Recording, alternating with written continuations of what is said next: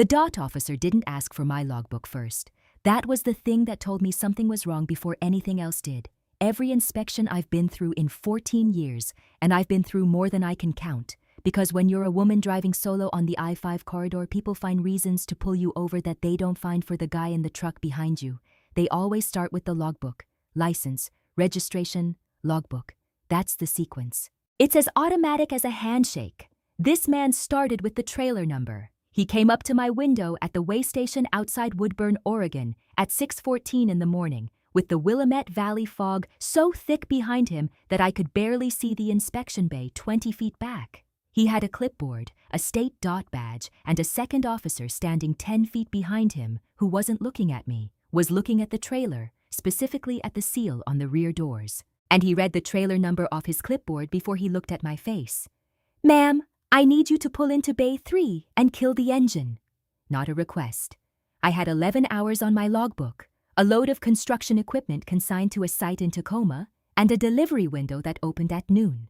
It was 6:14 a.m. I had 212 miles to go. The math was comfortable. I had time, I had fuel, I had a clean record. I had nothing to worry about. Except the officer hadn't asked for my logbook. I pulled into Bay 3 and killed the engine. If you've ever had your truck pulled for inspection, not the routine walk around, but the real thing, where they put it on the scale and go through the cab and somebody radios somebody else, you know the specific quality of waiting that comes with it. It's not like waiting for a delayed load or waiting out weather. It's the waiting of someone who is being assessed, and the assessment is happening in a language you can't fully hear. I sat in the cab of that W900 and watched 3 officers work the exterior of my trailer with the focused attention of people who already know what they're looking for and are building the documentation to confirm it. That's when I knew this wasn't about me. I want to tell you who I am before I tell you what happened, because this story doesn't make sense without that context. My name is Darlene. I've been driving commercially since I was 24 years old, which makes 14 years on the road. I started in Texas, running regional loads for a small family outfit out of Laredo that didn't care what you looked like as long as you could back a trailer into a tight dock and keep the rubber side down. I worked my way up through 3 carriers before landing at Pacific Rim Logistics, which is based out of Portland and runs freight up and down the I-5 corridor between Northern California and the Canadian border. I've been with Pacific Rim for 6 years. My boss, the operations manager, the man whose name I'm going to get to, because this story is about him more than it's about me, is a man named Gary Vollmer, 53 years old, never driven a commercial vehicle in his life. Came up through the administrative side of the freight industry, which means he knows spreadsheets and contracts and DOT compliance paperwork, and he knows very little about what it actually feels like to run a load through the Siskiyou Pass in February, or navigate the port of Tacoma at 3 in the morning when the terminal is backed up and nobody's answering the radio. Gary Vollmer assigned my loads. Gary Vollmer approved my routes. Gary Vollmer had been, for 6 years, the man who decided what I carried and where I carried it. I need you to understand that before I tell you what was in the trailer. If you've ever trusted someone with your livelihood, really trusted them, the way you have to trust a dispatcher when you're 500 miles from home, and the load manifest is what it is, and then found out that trust was being used against you, you know what I'm talking about. And if that's happened to you, this channel is where those stories live. Subscribe right now, because what those DOT officers found in that trailer changed everything I thought I knew about 6 years of my working life. I want to tell you about the night before, because the night before is where the story actually starts, even though I didn't know it at the time. Gary Vollmer sent the load assignment at 9:47 p.m. on a Monday. I was at my mother's apartment, helping Maya with a school project, something about ecosystems, cutting pictures out of magazines. And my phone buzzed, and it was the manifest. 3 skid-mounted generators, 2 hydraulic compressors, 1 crated air handler unit, Portland Yard to a construction staging site in Tacoma. Delivery window, noon to 2 p.m. Tuesday. The note at the bottom said, "Straightforward run, Darlene. Tacoma by noon, clean load." Gary sent notes like that sometimes. I'd stopped reading much into them. I finished helping Maya, put her to bed at 9:30, and went to sleep at 10:15. I was at the Pacific Rim Yard at 1:30 in the morning. The loading crew was already there, which was the first thing I should have noticed. Not arriving when I arrived, not being called in when I checked in at the gate, but already working. the trailer half loaded and the dock lights on and the forklift running. When I came through the gate, Todd, the yard supervisor, a man I'd worked with dozens of times, told me the crew had started early because they had another job after mine. It was 1:30 in the morning, another job after mine. I noted it and moved on. The loading looked correct. I walked the front 2/3 of the trailer, generators rigged properly, compressors staged right, weight distribution where it needed to be. The rear third was still being worked. Todd told me a late addition to the manifest was coming in from a separate facility. Auxiliary power equipment, he said. An addendum was already on his tablet. It had Pacific Rim standard formatting, the right authorization codes, Gary Vollmer's name in the approval field. I waited in the yard office, drank coffee. There was a photograph on the wall of the original Pacific Rim fleet. 3 trucks, 2003, the company's first year. Gary Vollmer was in it, standing in front of the lead truck, grinning, his hand on the hood like it was his. It was the company's truck. I didn't think about that at the time. The auxiliary crates arrived at 3:15 a.m. 2 men I hadn't seen before brought them on a flatbed. No Pacific Rim markings, different clothes, different vehicle. I asked Todd who they were. Subcontractors, he said. Normal enough on the construction equipment side. I signed the addendum. The trailer was sealed at 3:47. I pulled out of the yard at 4:09. The I-5 northbound through Vancouver, across the Columbia, into Washington. Rain through Portland and Clark County, steady and quiet. The wait station at the state line went fine. 11 minutes, everything correct, cleared through. By the time the sky started to lighten east of Centralia, I was running on schedule with comfortable margin. I hit the way station outside Woodburn at 6:09 a.m., pulled in, handed over credentials, manifest, logbook. The officer looked at my paperwork and told me to pull into Bay 3. No particular tone, no warning. That's where the night before ends and the morning begins. They opened the rear doors of the trailer at 6:47 a.m. I watched from the cab. I couldn't hear what they said to each other when the doors swung open, but I watched the body language, the way one officer stepped back, the way the second one immediately got on his radio, the way the third started photographing before he'd even fully opened both doors. That sequence told me the story before anyone came back to explain it. What was supposed to be in the trailer? 3 skid-mounted generators, 2 hydraulic compressors, and a crated air handler unit. Construction equipment, as per the manifest Gary Vollmer had sent to my phone at 9:47 the previous night with the message, "Straightforward run, Darlene, Tacoma by noon, clean load." What was actually in the trailer, behind the generators and the compressors and the air handler unit, packed into the rear third of the space in unmarked wooden crates? I didn't find out the specifics until the report came through 3 weeks later.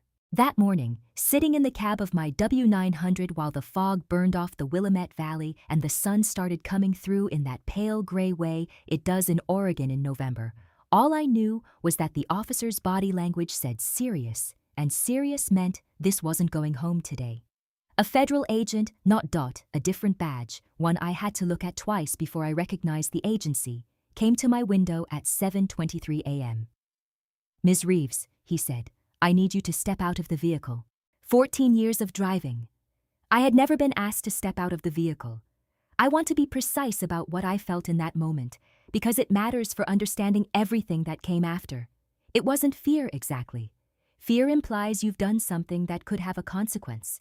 What I felt was something closer to vertigo, the sensation of a floor disappearing under you, of a reality you thought you understood shifting in a way that has nothing to do with anything you did. I knew what was in the cab: my logbook, my coffee, my phone, the receipt from the Flying J in Grants Pass where I'd fueled the night before, the photograph of my daughter that I keep tucked into the corner of the dashboard. I knew what was in the front of the trailer because I'd overseen the loading myself at the Pacific Rim Yard in Portland.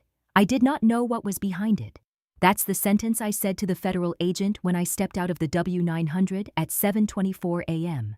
"I don't know what's in the back of that trailer." He looked at me the way people look at you when they've already decided how much of what you say they're going to believe. "We're going to need you to come with us," he said. The Kenworth W900, Pacific Rim Unit 47, the truck I'd been assigned for the last 2 years, the truck I'd put 48,000 miles on, the truck whose particular engine note I knew the way you know a voice, was seized as evidence at 7:31 a.m. on a Tuesday in November outside Woodburn, Oregon. I rode to the federal building in Portland in the back of an unmarked sedan. Here's the thing about being interviewed by federal investigators when you genuinely don't know what's happening. It's disorienting in a specific way that I wasn't prepared for. They're not hostile exactly. They're methodical. They ask you the same question from 6 different angles, not because they think you're lying, but because they're building a map of what you know and comparing it in real time against what they already know. And the discrepancies are the data. I answered every question I was asked. I had nothing to hide, which made it easier, but it also made it harder, because having nothing to hide doesn't protect you from the shape of the situation, and the shape of the situation was a truck registered to my employer, assigned to me, carrying something I wasn't supposed to know about. There were 2 investigators. One was a woman in her mid-40s named Agent Carver, who did most of the talking and took notes on a legal pad. The other was a younger man who sat to her left and said almost nothing. He was there to watch my face and hands while Carver asked the questions. I know that now. I didn't know it then. Carver started with the factual basics: name, license, years of service, employment history, then the load. Walk me through the pickup. What time did you arrive at the Pacific Rim Yard? Who was present? Did you observe the loading? Did you sign the manifest? Did you sign the addendum? Who gave you the addendum? That last question she came back to 4 times, from 4 different directions. Did Gary Vollmer personally hand you the addendum, or was it transmitted digitally? Was the authorization code consistent with codes you'd seen before? Had you previously received load addenda at the point of pickup rather than in advance? How many times in the last 12 months? I went through it in my head while I was talking. 6. 6 loads in 12 months, where the manifest had been amended at pickup. I said 6. Carver wrote something down and moved to the next question without reacting, which told me 6 was a number they already had. At one point, she put a photograph on the table. The 2 men who had brought the flatbed with the auxiliary crates to the Pacific Rim Yard at 3:15 in the morning. Do you recognize either of these individuals? Yes, I said. They delivered the crates I signed the addendum for. At the Pacific Rim Yard. Early this morning. Carver looked at the younger agent. A brief look, less than a second, that carried information between them the way a CB click carries information between drivers. Confirmation of something, not surprise. Confirmation. I understood, in that room, that the investigation had been running for some time before my trailer was pulled. The questions weren't exploratory. They had the shape of questions building a record around facts already known. My trailer hadn't been flagged randomly. Someone in a federal building had been watching Pacific Rim logistics for weeks or months, and I had been driving, unknowing, through the middle of it.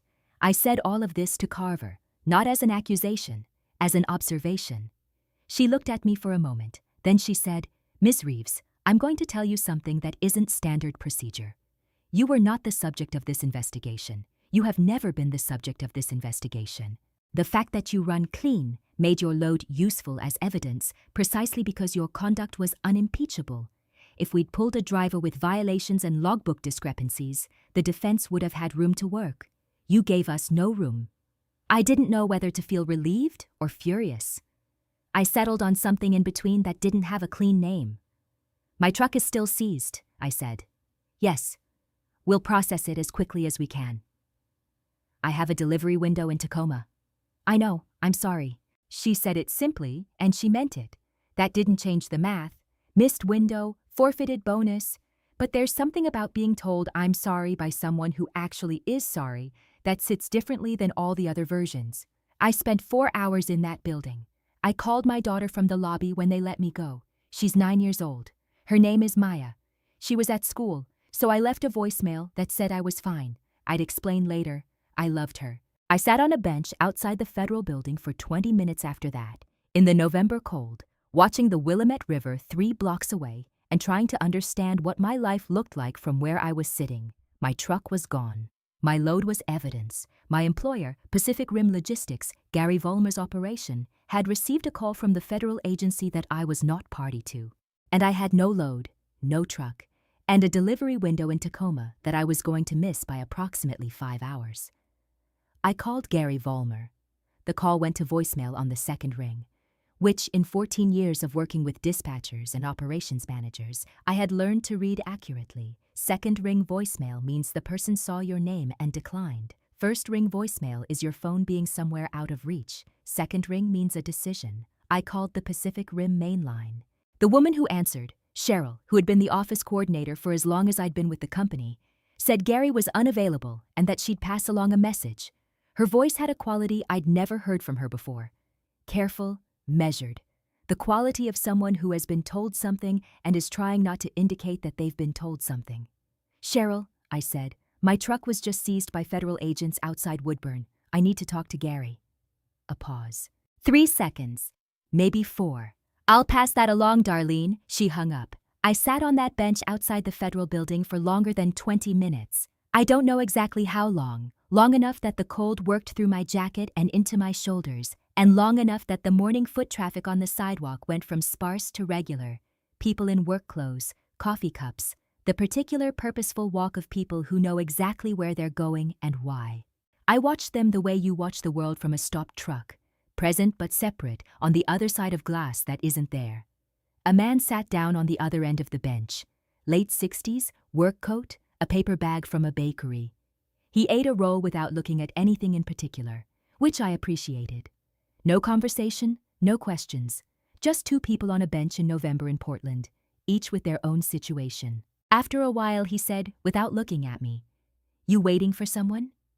"No," I said, "just sitting." He nodded, like that was a complete answer. Finished his roll, folded the paper bag precisely and put it in his coat pocket. Then he stood up and left without another word, and I watched him go and thought, that's the correct amount of human contact for this moment. 2 sentences and a nod. Not because more would have been unwelcome, but because more would have required me to explain something I didn't yet know how to explain, even to myself. I called Patricia Solis from that bench, not because it was the right time. It was 7:30 in the morning and we hadn't spoken yet, but because I needed to say the words out loud to someone who would receive them without requiring anything from me emotionally. A lawyer at 7:30 in the morning is exactly that. Patricia answered on the 3rd ring, heard the situation in 4 sentences and said, "Send me everything, don't go back to that yard, don't call Gary Vollmer again." Then she said she'd be in touch before noon. She hung up. I put the phone in my pocket. The Willamette was 3 blocks away.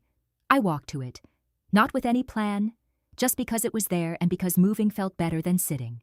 The river at that hour in November was gray-green and flat, moving without hurry in the direction it always moves. A crew team was out on the water, 8 rowers, 1 coxswain, moving upstream in that synchronized way that looks effortless from the bank and is nothing like effortless. I watched them until they went around the bend and disappeared. 14 years of loading docks and way stations and CB radio and hours of service regulations, and what I was doing was standing on a riverbank watching a rowing team disappear around a bend because my truck was in a federal evidence lot and my boss had sent me to voicemail, and the only thing I knew for certain was that I hadn't done anything wrong. Sometimes that has to be enough. That morning, it was all I had. I walked back to the bench. Then I went to find the bus to Woodburn. I took a bus back to Woodburn, which took an hour and 20 minutes, and retrieved my personal vehicle from the Pacific Rim yard where I'd left it the night before. I drove back to my apartment in Portland. I keep a place in Portland even though I'm on the road most of the time because Maya lives with my mother in Portland and I need to be able to get to her when I'm not running. And I sat at my kitchen table and I started going through everything I knew. What I knew, I had been running loads for Pacific Rim for 6 years. My manifest had always come from Gary Vollmer or from the dispatch system Gary controlled. My loads had always matched the paperwork. I'd never had a discrepancy between the manifest and the physical load, which is something I'd always been careful about, because a mismatch on a manifest is the kind of thing that ends careers. I ran clean. My logbook was clean. My inspection record was clean. What I also knew, there had been, in the last 8 months, a pattern in my load assignments that I hadn't examined closely enough at the time. I'd been assigned routes with higher than average dwell time at the origin, loads that were ready late, sometimes by 4 or 5 hours, which meant I'd spend time at the yard or at the shipper waiting for the trailer to be closed and sealed. At the time, I'd attributed it to normal freight logistics. Delays happen, especially on the construction equipment side, where the equipment has to be rigged and loaded by people who aren't always on schedule. I understood, sitting at my kitchen table in Portland, that the dwell time was not accidental. Someone had been using the time I was waiting, the time between my arrival at the yard and the sealing of the trailer, to load things behind the equipment I was responsible for. I pulled up every manifest Gary had sent me in the last 8 months. I laid them out on the table in chronological order, and I started looking at the dwell times. The pattern was there, and it was not subtle once you were looking for it. Every load with a dwell time of more than 3 hours had originated from the same 2 facilities, both in the Portland metro area, both with the same contact name on the shipper documentation, a name I had interacted with twice by phone and never in person. I took photographs of every manifest with my phone. Then I called a lawyer. The lawyer I called was a woman named Patricia Solis, who I had been referred to by another driver. A woman named Constance, who ran flatbed out of Seattle and who I'd met at a truck stop outside Olympia 3 years before, and who had told me over coffee that if you're ever in a situation where your employer's problem becomes your legal problem, you call Patricia Solis before you say one more word to anyone. I'd kept the number for 3 years without needing it. I needed it now. Patricia answered on the 3rd ring. I told her in 4 sentences what had happened. She said, "Don't go back to that yard, don't call Gary Vollmer again, and send me everything you just described about the manifests. Tonight, if possible." I sent her everything that night. The next 18 days were the longest of my professional life. I wasn't charged with anything. The federal investigation had established, apparently from the beginning, that the driver of record was not the person of interest, but my truck was still evidence. I was technically on administrative leave from Pacific Rim pending the investigation, and nobody at the company, not Gary, not Cheryl, not the 2 other operations staff I'd worked with, was returning my calls. The freight industry is small in the way that all industries are small when you've been in them long enough. You know people. People know you. In those 18 days, I had 4 phone calls from drivers I'd worked alongside over the years. People who'd heard something through the CB network, through the truck stop circuit, through the particular grapevine that runs on Channel 19, and in the parking lots of Flying J locations from California to Washington. None of them knew the details. All of them were calling to say some version of, "I heard something happened, I don't know what, but I'm here if you need." On day 8, I drove out to the TA on the 84, a truck stop on the east side of Portland where I'd fueled probably 300 times in 6 years. I parked in the far corner of the lot where the trucks park, even though I didn't have a truck. Old habit. Got a coffee and sat at the counter by the window. There were 9 trucks in the lot. I watched them the way I'd watched truck lots for 14 years. The background awareness of the world I belonged to. A Kenworth pulling out westbound. A Peterbilt in 2-tone black and silver with the sleeper curtains drawn, driver on their 10-hour break. A woman came and sat 2 stools down. Self-contained, comfortable with the counter stool and the coffee cup. Maybe 50, short gray hair, hands that had been worked. She glanced at me, I glanced back, and we both went to our respective windows. After 10 minutes, she said, without turning fully toward me, "You're Darlene Reeves." She was Meg. Refrigerated freight, Columbia Gorge to Boise Corridor. She'd recognized my face from the Troutdale Flying J. She said everyone she'd talked to who knew my work said the same thing. "Nobody believes it was yours." I didn't say anything right away, because the thing about being told that is, it should feel better than it does. It's the right thing to hear. But you're still the one sitting in the middle of it without a truck and without a paycheck and with a 9-year-old who asked you last night why you weren't working. I told Maya I was on break, I said. I don't know why I said it to a stranger. Sometimes a stranger is exactly who you need to say something to. How old? 9. Mine were 9 once. She took a drink of coffee. They get through it. So do you. We sat there for a while without talking. The Peterbilt in the lot settled, the chassis contracting as the engine cooled, a sound that is completely ordinary and that I have always found, for reasons I've never examined too closely, almost companionable. Meg left before I did. She put a 10 on the counter, stood up. "You're going to be back on the road soon," she said.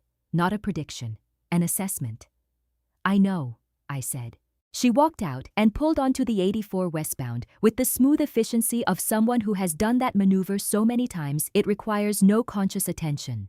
I finished my coffee, then I drove home and called Patricia Solis to check on the timeline. One of those calls was from a woman named Rosa, who drove for a competing carrier on the same I-5 corridor. Rosa was 61 years old, had been driving for 35 years, and had the particular authority of someone who had outlasted every person who had ever underestimated her. You know what they found? She asked. Not officially. Not yet. You want my guess? Sure. Whatever it wasn't yours, Rosa said. I've watched you load. You check everything. If something was in that trailer that wasn't on the manifest, someone put it there after you cleared the load. That's what I think too. Then you're going to be fine. She said it the way the driver named Ronaldo had said you'll make it on the CB, not as comfort, but as assessment. It's your boss that's not going to be fine. She was right. The federal report came through Patricia Solis's office on a Thursday, 19 days after the seizure at Woodburn. Patricia called me at 8 in the morning and told me to come to her office. I drove across Portland in the November rain, parked in a garage that charged $12 an hour, and sat across from her at a conference table, while she walked me through what 53 pages of federal documentation had to say. The unmarked crates in my trailer had contained stolen heavy equipment components, hydraulic systems, and electronic control units stripped from construction equipment at job sites in Northern California and Southern Oregon over a period of approximately 14 months. The components had been routed through 2 warehouses in the Portland metro area before being loaded, concealed behind legitimate freight, into Pacific Rim trailers for transport north, where they were being sold through a network of equipment brokers operating across Washington and British Columbia. The freight being used as cover, the generators, the compressors, the air handler units, was real, legitimate, and manifested correctly. The concealed cargo was loaded during the dwell period, after the legitimate freight was rigged but before the trailer was sealed. The loading was done by a team that had access to the Pacific Rim yard because Pacific Rim's operations manager had granted them that access. Gary Vollmer's name appeared 47 times in the report. Mine appeared twice, once as the driver of record for the seized vehicle, and once in a line that read, "Driver shows no indication of knowledge or participation." Records consistent with standard operational procedure. Patricia looked at me across the conference table. "You're clear," she said. I didn't say anything for a moment. "The truck?" I said. "Released back to Pacific Rim, which is, as of this week, under new interim management pending Vollmer's indictment. So I can have my route back." Patricia looked at me carefully. "Technically, yes. The company is still operational. Your employment record is clean. You could go back. But Gary Vollmer built that operation," she said. "The people who are still there, the ones who didn't know, like you, are going to spend the next year working inside an investigation. Every load, every manifest, every route is going to be scrutinized. It's going to be a hard place to work." I sat with that for a moment. Outside the window, Portland in November was doing what Portland in November does. Low sky, steady rain, the kind of gray that isn't depressing if you're used to it, that just becomes the color of the world. I'd driven in that gray for 6 years. I knew the I-5 in that gray the way I knew my own handwriting. "How long before the formal indictment?" I asked. 3 to 6 months, probably. "And my name stays clear." "Your name stays clear," I thanked her. I drove out of the garage, paid the $12, and sat in my car in the rain for a few minutes.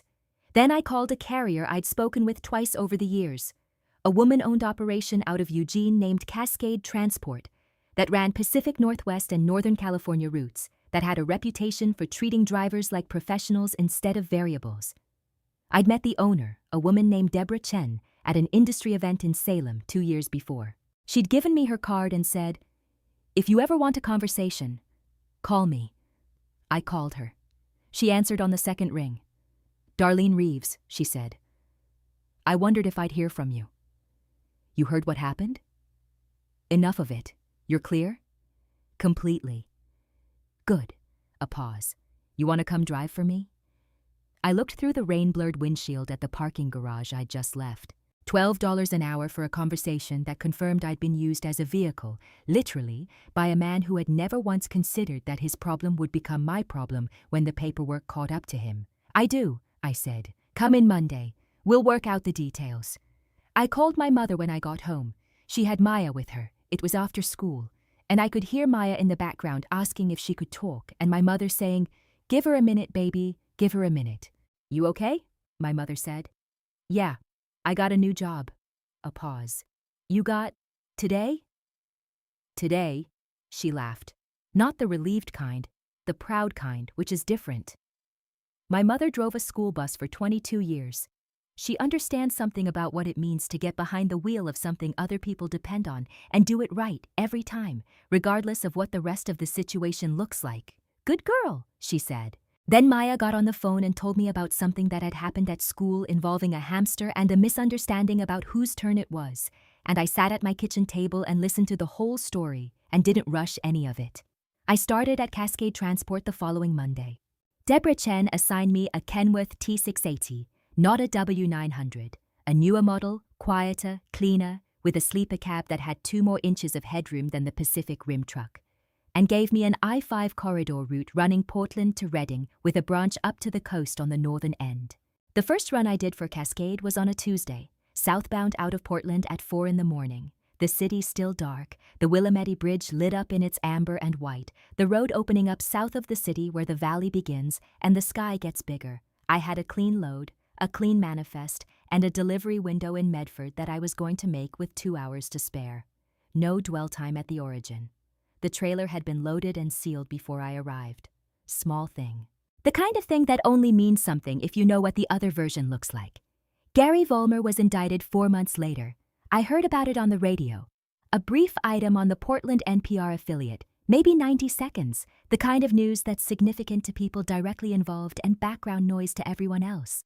I was southbound on the I-5, somewhere in the Umpqua Valley, the Douglas firs on both sides of the highway, so dense and green that the road felt like a tunnel. The rain that week had been heavy enough that there was standing water in the median and the truck was throwing spray on every passing. I turned the radio up for the 90 seconds, then I turned it back down. Didn't stop, didn't call anyone, just kept the speed at 63, watched the spray patterns in my mirrors, and let the Umpqua Valley do what it does, which is be enormous and green and indifferent to anything that's not weather or timber. Rosa called me that evening when I was parked at a rest area outside Grants Pass. "You heard," she said. "Radio. How do you feel?"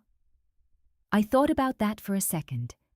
Outside the truck, the rain had stopped, and the Oregon night had that specific quality it gets after rain, the smell of wet fur and cold air, the road surface reflecting the overhead lights, the mountains invisible in the dark but present, the way large things are present even when you can't see them.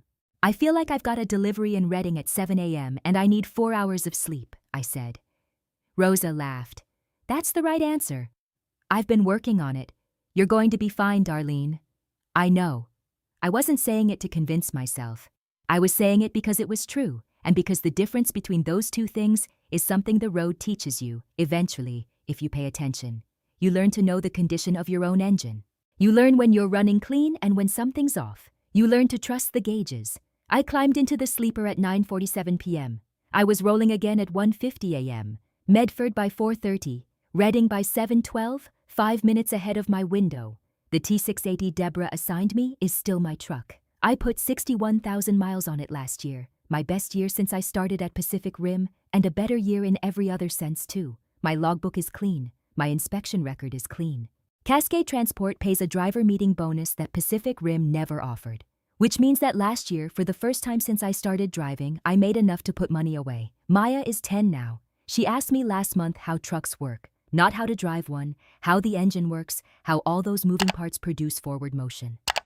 I sat at the kitchen table with her for an hour and drew diagrams on a notepad. She paid attention the way kids pay attention when they're actually interested, not just performing attention. At the end she said, "So basically it's controlled explosions?" "Basically, yeah, controlled explosions." She thought about that for a second. "That's kind of amazing," she said. "It is kind of amazing. You put fuel in, you get controlled explosions, and those explosions move something that weighs 80,000 pounds down the highway." I've been doing it for 14 years, and it still strikes me sometimes, on a long open stretch, when the engine is running exactly right, as improbable. All of that weight, all of that momentum, controlled by gauges and training and attention. Gary Vollmer's trial starts in the spring. I'm not listed as a witness. The case doesn't need me, apparently, which is fine. I have no interest in a courtroom. I have interest in a delivery window in Medford and a fuel stop in Grants Pass, and the way the Siskiyou Pass looks at 5 in the morning when there's snow on the peaks and the valley is still in darkness below. The W900, Pacific Rim Unit 47, my truck for 2 years, I don't know what happened to it. The company's fleet was partially liquidated when the investigation made operations untenable. Somewhere there's a W900 with 48,000 of my miles on it, running someone else's loads, with a different driver's habits worked into the seat adjustments. I hope whoever's driving it runs clean loads. I hope they check the manifest and they check the load and they check the seal on the doors before they pull out of the yard. Not because it saves you from everything, it didn't save me, but because it's the right way to work. And the right way to work matters whether or not anyone is watching. Nobody was watching when I was loading those trailers for Pacific Rim. I was doing it right because that's how I do it. And when the report came through and it needed to say 2 words about me, those 2 words were no participation. That's the whole protection. There isn't another one. The I-5 southbound out of Portland is the most familiar road I know. I've driven it in every condition. The February ice, the May rain that makes the valley green enough to seem unreal, the August dry where the grass on the hillsides goes gold and the heat shimmer comes off the asphalt and the cab temperature climbs even with the AC running. I know where the pavement is rough and where it's smooth. I know where the grades get steep enough that you feel the engine working. I know the exit numbers the way I know my own name. 2 Tuesdays ago, I was southbound. Early morning, the valley still fogged in at the low points, the Douglas firs holding the last of the night in their canopy. I had a clean load and a clean manifest and a delivery in Medford and 4 hours of comfortable driving ahead. I had the CB on channel 19, low volume, the way I always do. And somewhere south of Salem, a voice I didn't recognize said to nobody in particular, "Beautiful morning out here." I keyed the mic. "Yeah," I said. "It is." Nobody answered. The channel went back to static.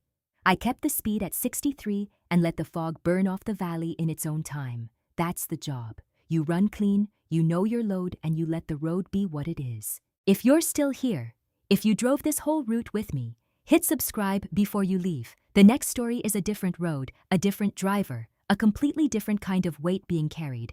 And drop a comment. Have you ever discovered that someone you trusted was using your work for something you didn't know about? I want to hear how that landed for you. Roll safe. I've left out some of what happened in those 18 days, because some of it is still hard to tell in sequence without losing the thread. Let me go back and fill in the parts that matter. The second day after the seizure, I drove up to the Pacific Rim yard in my personal vehicle. Not because Patricia had told me to. She hadn't. She'd told me specifically to stay away. But because there was a thermos in the cab of the W900 that had belonged to my father, and I wanted to know if it was recoverable. My father drove a delivery van for 30 years in Fresno. He gave me the thermos when I got my CDLA. It's battered, the lid doesn't seal perfectly anymore, and it has his initials scratched into the bottom with a pocket knife, JR, for Joseph Reeves. It is the only thing I carry in my truck that isn't practical. I parked outside the yard and called the main line. Cheryl answered again. I explained about the thermos. There was a long pause. "I'll see what I can do," she said. 2 hours later, a Pacific Rim yard worker I'd never spoken to before, a young man named Dion, maybe 25, with the careful courtesy of someone who understood he was operating in a sensitive situation, met me at the gate with the thermos in a plastic bag. He handed it to me without making eye contact, which I understood to mean he'd been told to deliver it and not engage. "Thank you," I said. "Yes, ma'am." He turned and walked back to the yard. I sat in my car with that thermos on the passenger seat and thought about my father, about the 30 years he spent making deliveries in Fresno, in a van that wasn't his, for a company that paid him adequately and treated him correctly, but that he was never confused about. He knew what his work was worth, and he knew what the company thought it was worth, and he understood that the gap between those 2 numbers was the price of the job. He never complained about it. He also never confused the company's interest with his own. I used to think that was a kind of defeat, that accommodation. I understand it differently now. He taught me something specific about driving that I didn't understand was a lesson until much later. Always know what's in your vehicle. Not because you're responsible for everyone else's decisions, but because the vehicle is yours while you're in it, and what's in it is your concern whether or not someone else put it there. Check the load, check the seal. Check the manifest against what you can see, not because the system requires it, because you require it of yourself. I didn't catch what Gary Vollmer put in my trailer. I did everything the way I'd been taught and the way I required of myself, and I still didn't catch it, because the loading happened during dwell time, after I'd cleared the front of the trailer and before the seal went on, in a yard I trusted. There's no version of due diligence that covers everything. I've made peace with that mostly, but I still think about it. Probably always will. The thermos is in the cup holder of the T680 right now. It doesn't seal perfectly. I've tried to replace it twice, and each time I went back to the battered one because there's something about an object with 30 years and JR scratched into the bottom that a new thermos doesn't replicate. During those 18 days, I also had a conversation I haven't talked about much because I'm not entirely sure what to do with it. On the 5th day after the seizure, I got a call from a number I didn't recognize. Portland area code. I almost didn't answer it. I was in the middle of making dinner. Maya was doing homework at the kitchen table. My mother was watching television in the other room.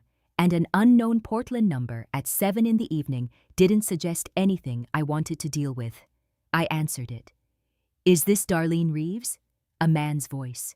Older, careful, with the mild accent of someone who had grown up somewhere in the Pacific Northwest. "Who's calling?" "My name is Frank Ostrowski. I drove for Pacific Rim for 11 years. I retired in 2021. A pause. "I heard what happened with your truck. How did you get this number?" "Rosa Delgado." Another pause. "I hope that's okay. I told her I needed to talk to you." I sat down at the kitchen table. Maya looked up from her homework.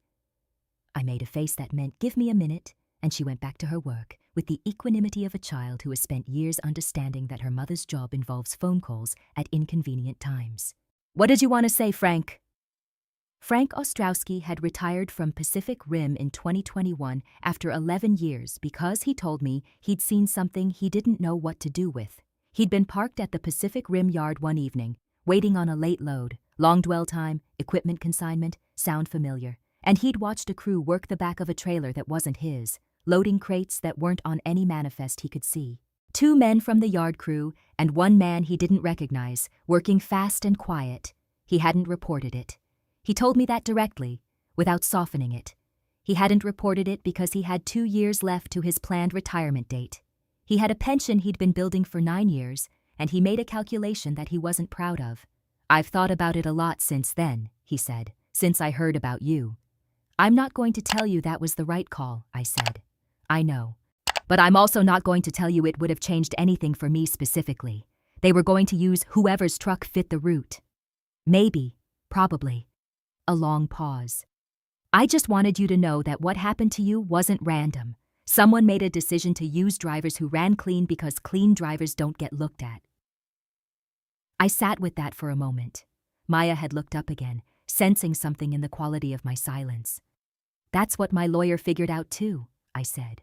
"Are you going to be okay?" "Yes." "Good." Another pause. "I'm sorry I didn't say something when I should have. I know that doesn't fix anything." "No," I said. "It doesn't. But I appreciate the call." I meant that. Not because Frank Ostrowski's call changed the situation. It didn't. And what he'd failed to report was going to sit with him in ways that weren't mine to manage. But because he'd made the call. He'd gotten the number from Rosa, and he'd dialed it, and he'd said the thing that was true and uncomfortable, which is more than most people do with things they're carrying. I told Patricia Solis about the call the next morning. She took a note and said it might be useful to the investigation, and asked if Frank would be willing to speak with the federal investigators. I called Frank back and gave him Patricia's number. He used it. His account of what he'd seen at the yard became part of the record. I don't know exactly what weight it carried in the case against Gary Vollmer. I know it's in the report. There's one more thing about those 18 days. On day 11, I got a load offer. Not from Pacific Rim, a third-party broker I'd worked with twice, a man named Steve Adler out of Seattle, who ran spot market freight for carriers all along the I-5 corridor. He called on a Wednesday afternoon and said he had a load moving from Portland to Sacramento. 2-day transit, clean freight, standard rate plus 10% because he was short on available drivers. "I don't have a truck right now," I said. "I know," Steve said. "I can arrange a rental unit. It won't be your truck, but it'll be legal and inspected. You're cleared to drive." I was. The federal investigation had established from the beginning that I wasn't a person of interest, which meant my CDL was untouched. I thought about it for maybe 4 seconds. "I'll take it," I said. Patricia called me 40 minutes later. "I heard you're taking a load." Word travels. "Darlene, you're not legally required to stop working. Just, I know," I said. "I'm not doing anything wrong. I need to work." a pause. Okay, keep me posted. The rental unit was a Freightliner Cascadia out of a commercial rental yard in North Portland. Not my truck, different cab setup, different mirror positions, different seat height. I spent 20 minutes adjusting everything before I pulled out, because getting the ergonomics right isn't comfort, it's safety. You drive wrong for 8 hours, and you arrive somewhere with your back wrong and your reaction time compromised. I ran the load to Sacramento. Clean freight, industrial packaging equipment, legitimate manifest, no dwell time at the origin. The shipper met me at the yard at 6 in the morning, supervised the loading personally, sealed the trailer in front of me, handed me the paperwork. Simple, professional, exactly what the work is supposed to be. The Freightliner handled differently than the W900. Different cab height, different mirror geometry, softer in the suspension. I don't mind different trucks. You spend the first 2 hours calibrating, and by hour 3, you know the vehicle well enough to trust it. The Siskiyou Pass in November is the stretch of the I-5 that gets into your head if you let it. 4,000 feet at the summit. The road dry that night but cold enough that I kept checking the brake temperature on the descent, letting the engine do the work instead of the service brakes. Coming down the south side into California, the Shasta Valley opening below in the dark, I had the specific feeling the road gives you when you've handled something correctly, and you know it.